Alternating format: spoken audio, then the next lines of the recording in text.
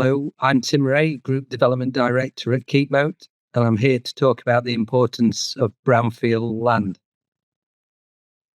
So just a quick introduction to Keepmoat.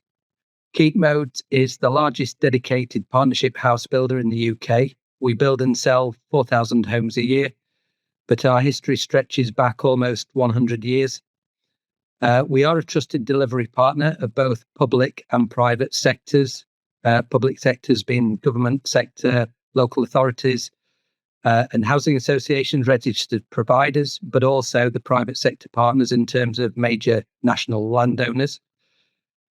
The business relationships we have endured for over 30 years with many of our partners.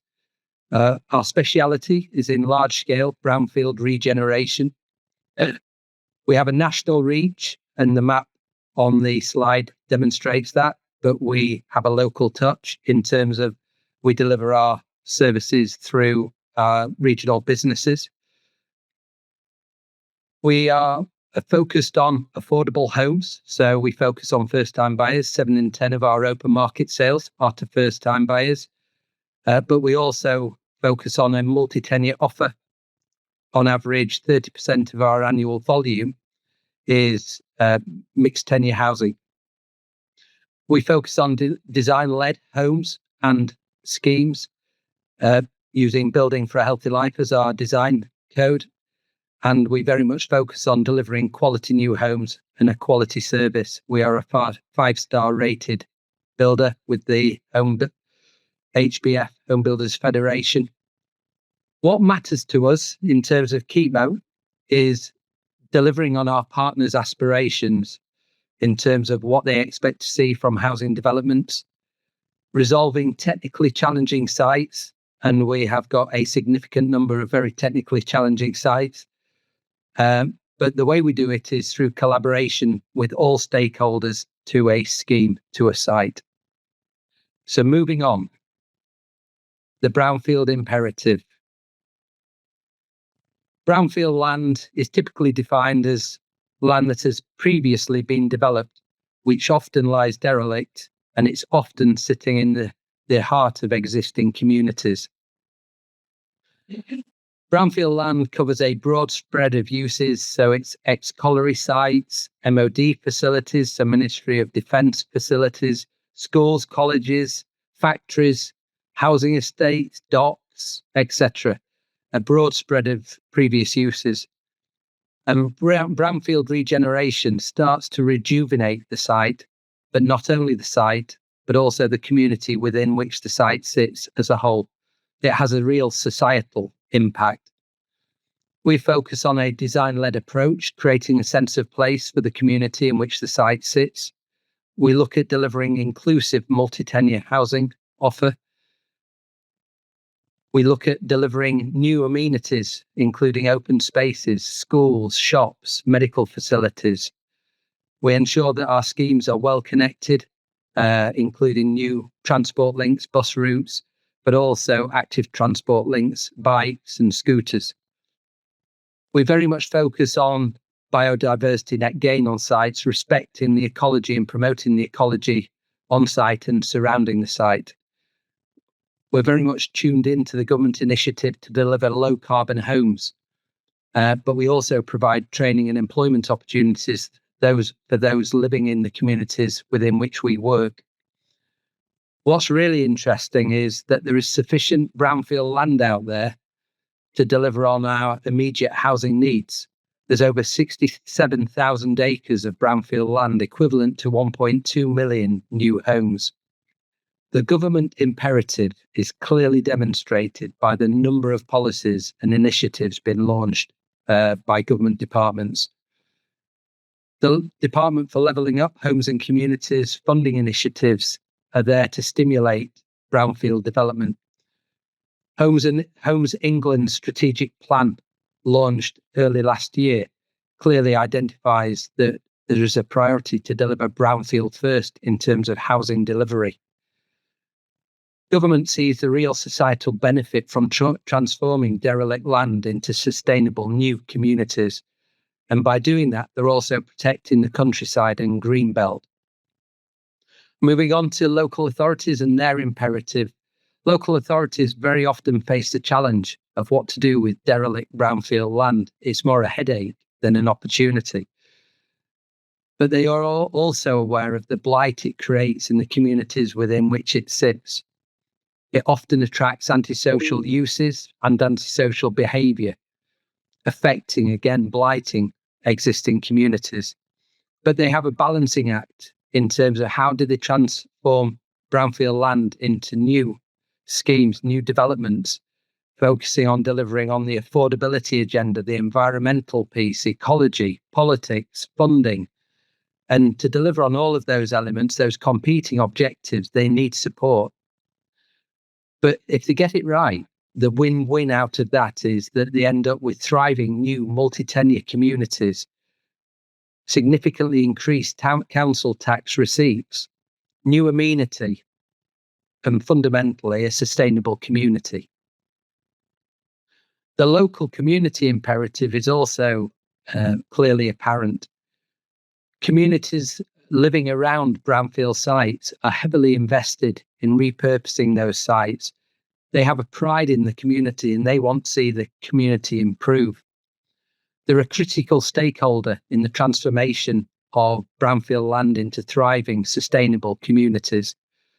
They are keen to see a design-led approach, delivering inclusive multi-tenure homes, because that versus the blight and the antisocial behaviour they currently experience is significantly preferable.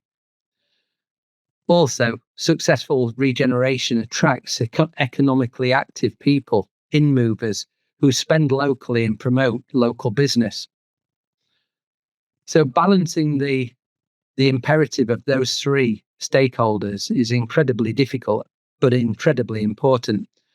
And Keepmoat has an expertise in transforming government policy, council ambition, and community desire into successful housing-led brownfield regeneration schemes and ultimately sustainable communities. Moving on to how that is delivered.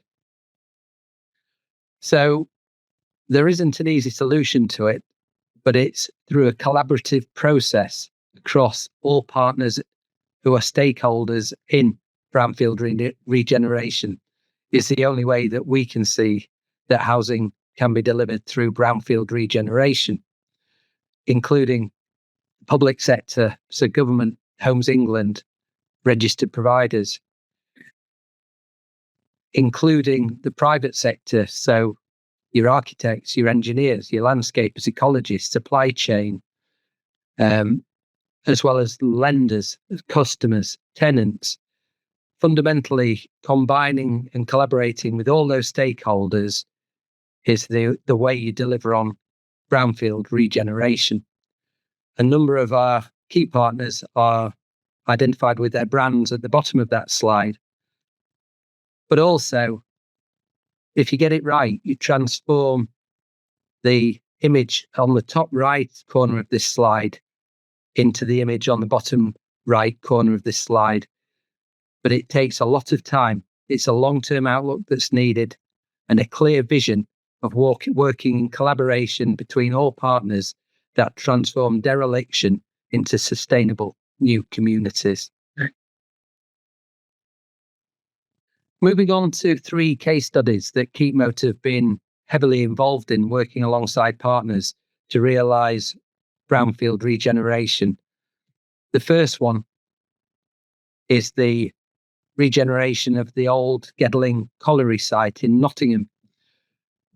The site opened in 1899 and closed in 1991 after 70 million tonnes of coal had been extracted from the site. But the site lay derelict for decades, and in 2017, Keepmoat started the regeneration of 1,000 multi-tenure new homes on the scheme in close partnership with Homes England and Gedling Borough Council. The start of the regeneration included significant earthworks, reprofiling the whole scheme before housing could be developed on the site.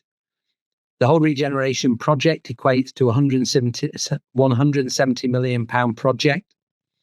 It involved the construction of a new relief road around the site, valued at £40 million, and it was 3.8 kilometres in length.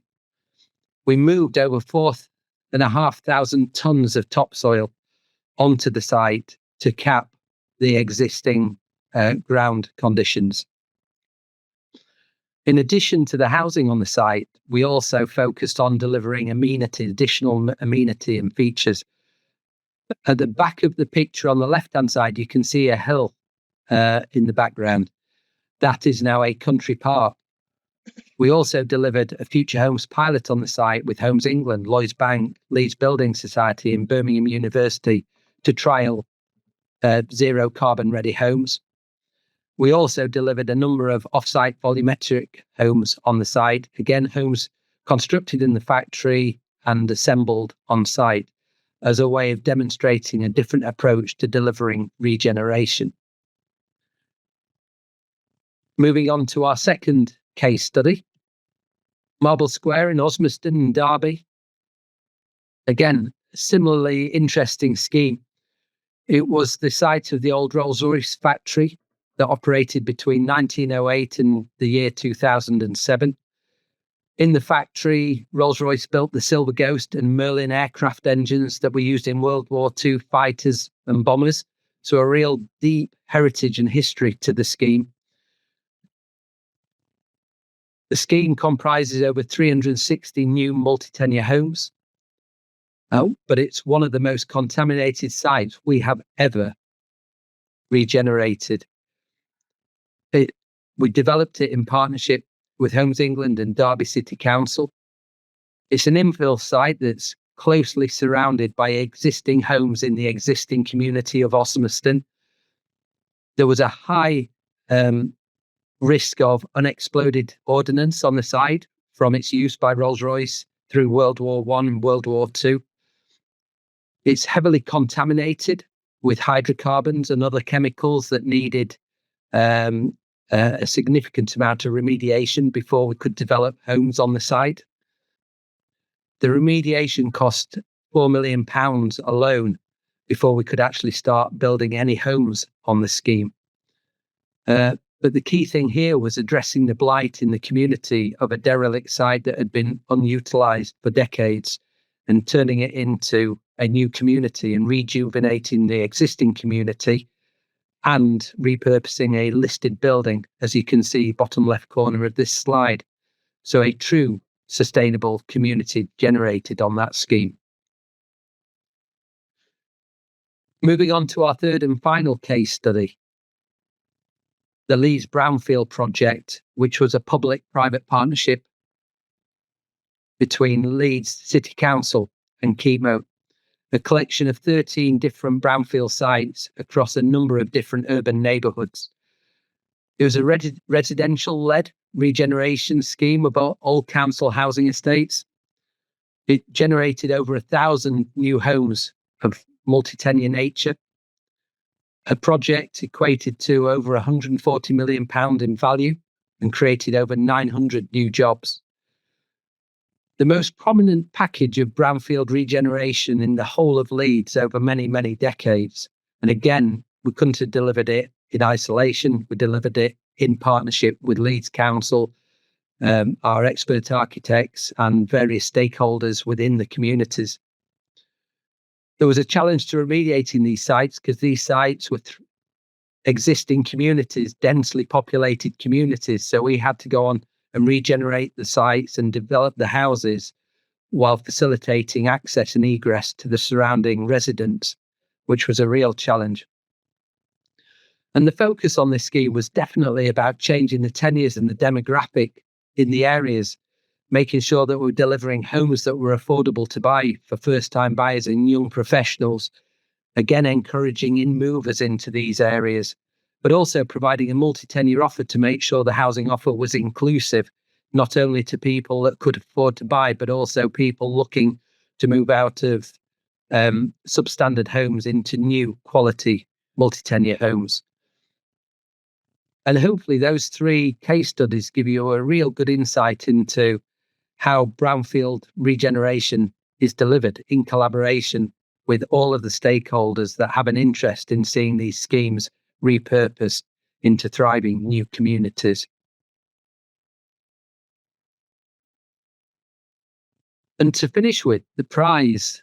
So the prize is a thriving, sustainable new community, which doesn't just benefit those lucky enough to move into the new homes, but also benefits the community at large surrounding these sites. And fundamentally, it's about building communities and transforming lives, but starting with brownfield first. Thanks for listening to this presentation. I hope you found it interesting. Thank you very much.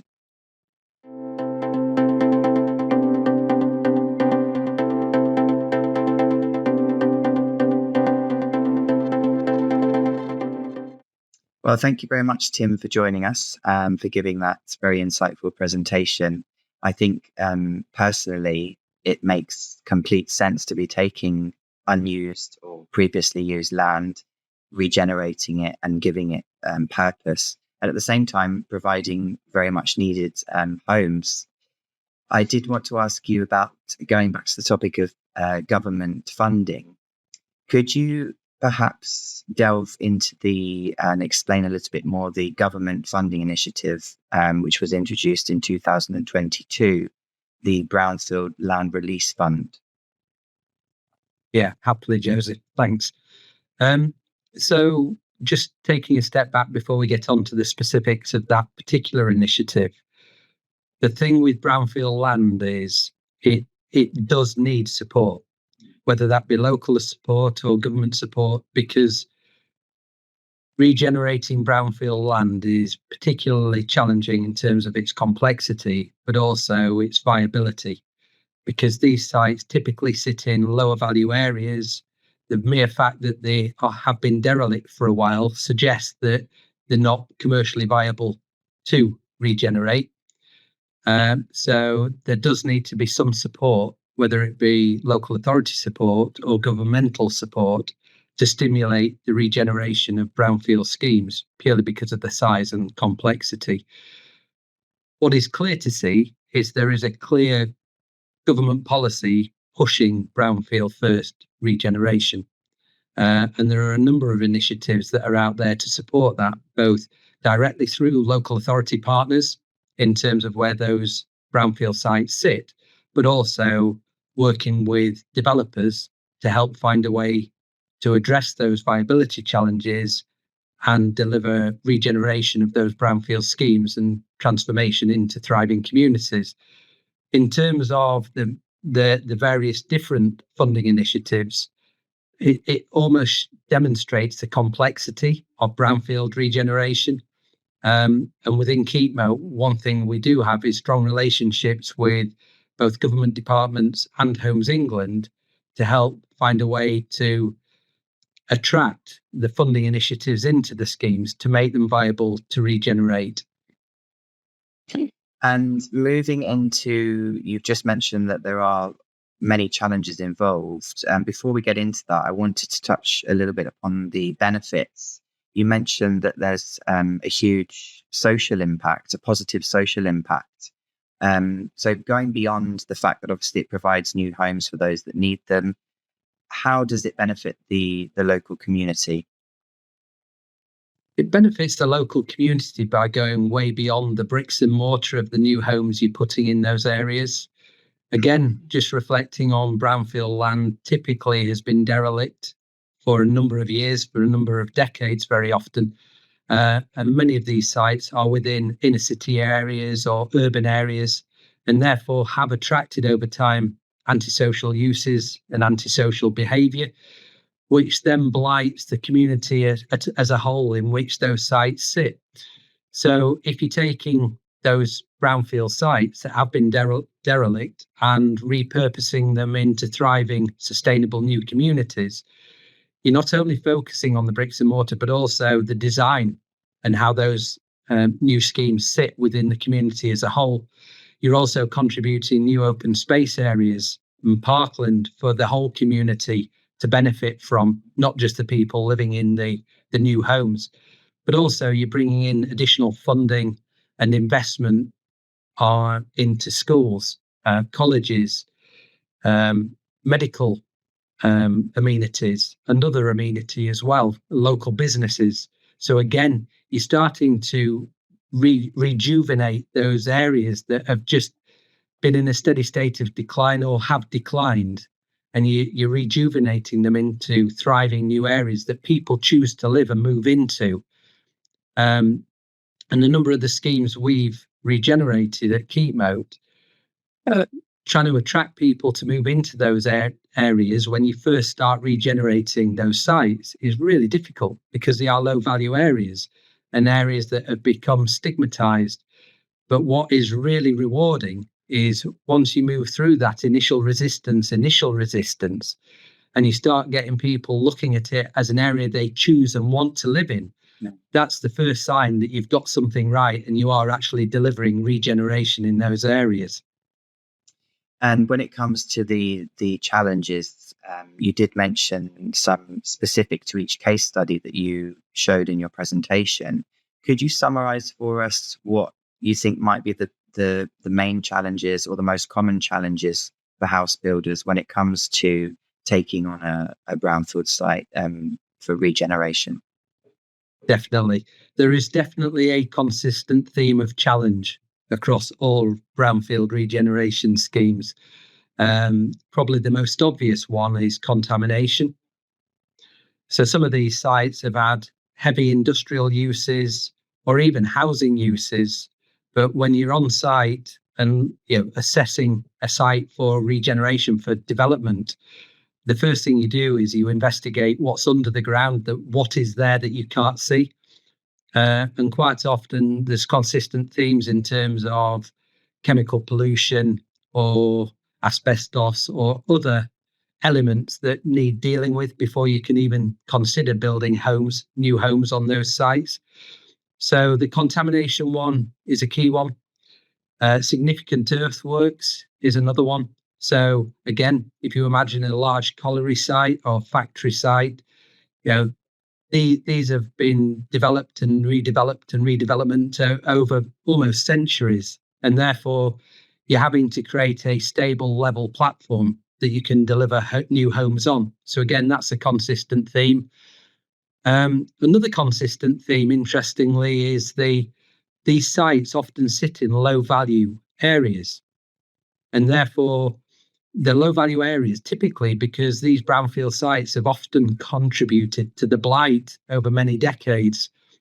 And because of the blight, people typically start to move out, or you end up with old homes being turned into bedsits. So you're dealing with a societal problem within the communities at large. So addressing that with, demonstrating that there is transformational change coming to these areas, then starts to attract new people to move into those areas, that then starts to increase the values of the homes in those areas for everybody's benefit, not just the benefit of the new homes being built. And probably the final consistent challenge is the sheer scale of these. You can't deliver transformational change or brownfield regeneration within months or even 1 or 2 years. You've got to have a long-term approach to regenerating areas that we work in.